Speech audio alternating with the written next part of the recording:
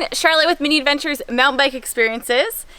We just did a lap down this new Skin and Bone trails with professional racer Emily Batty, but I'm actually a professional mountain bike skills coach, so I'm going to take you through a couple of these features, how to break it down so that you can ride it more successfully, safely, but most of all, confidently and having more fun. Feature number one looks pretty scary and intimidating, but it is kind of for a reason. It's actually what we call a filter feature.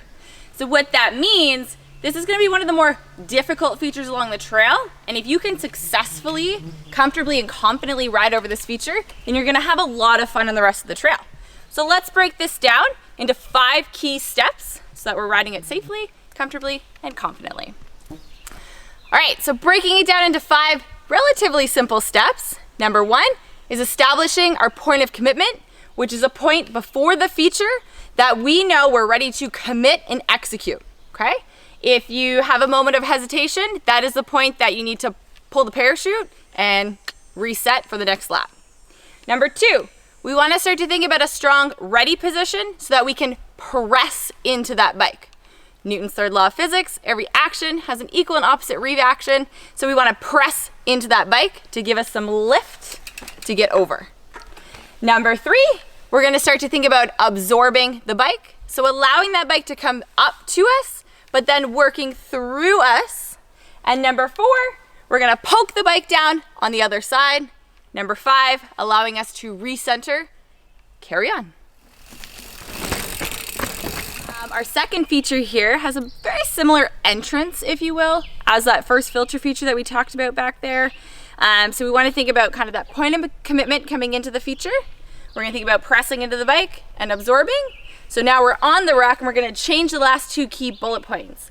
I want you to think about getting tall and relaxed, so neutral position, and then you're going to look towards the end of the feature and then just ratchet and or pedal if you need to help carry some momentum along this feature. All right, we're getting into some good stuff here. So the first thing I just want to point out, when we start to get into more technical trails with bigger features, therefore bigger consequences, make sure we're always following the 3 rules of riding. Pre-ride, re-ride, then you can free ride, okay? So we're checking that out on our first lap through. That's also gonna help me establish those points of commitments and knowing maybe when I need to accelerate in order to get enough air to clear this feature. So just another feature to note, as you get about halfway, 2/3 into the trail, we do start to get into some air features. So in this case, there's a drop behind me. I just want to point out they've made the drop so it's not necessary to get air off of it. If rolling is the option that you're going to take, please go slow, low, and in control. However, there is a beeline. So for those of us that just want to have some fun through this trail, but maybe not ready for those tires to leave the ground yet, be sure you take the beeline, which rides wide and around that drop.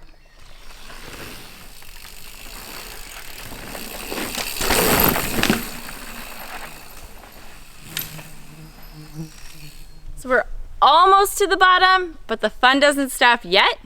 So I just want to point out with this section, there is an A and a B line. However, both lines still require some thought and skill to get through successfully. So you want to come in slow and low, staying centered on that bike. As you roll down the hill, you're going to start to feel the G-forces suck you in. And I want you to think, much like we did with a lot of the other features, to press into that bike. That press is going to help you better resist getting sucked into the G-forces. Once you're comfortably getting through that, you can start to think about letting the brakes off, grab a bit of extra momentum to carry you up the other side.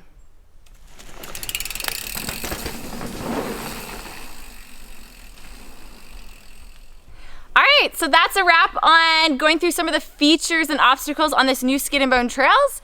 The goal is to keep you riding confidently, safely, and obviously having fun.